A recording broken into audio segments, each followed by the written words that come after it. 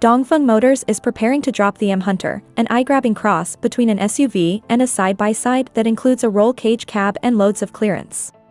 It's not just a concept either, and will be headed to market for a premium price. Chinese auto manufacturer Dongfeng has shoveled some heavy marketing into its M Hero 917, the big, brawny, quad-motor luxury SUV it launched domestically last year and recently introduced in Switzerland.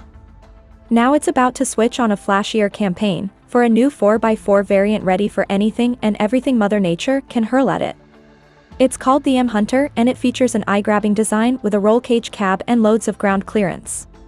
It's not just a concept either, and it might very well end up the most expensive sustainably powered off-roader at this year's Auto China show. When Dongfeng introduced the Mengshe or M Hero brand and its first concept cars in 2022, the SUVs were met with widespread cynicism from US media, which largely dismissed them as a Hummer EV knockoffs. It's certainly hard to deny the resemblance, but the Mengshe badge actually shares something more substantive with Hummer. Dongfeng spun the commercial brand off from the name of its long-standing line of Chinese all-terrain military vehicles, some of which were built atop imported Hummer H1 chassis. Say what you will about the M Hero or Hummer resemblance, but the all-new two-seat M Hunter doesn't look like any Hummer we've ever seen. In fact, it doesn't look like any production vehicle we've seen, but reports out of China say that it is indeed production-bound, and not merely a flashy design study meant to dazzle the Auto China show crowds starting later this week. The M Hunter reminds us of the high-flying Brabus 900 crawler in color, spirit and general exposed roll caginess, but it looks even sportier since Dongfeng has better adapted the styling cues to the new vehicle's purpose.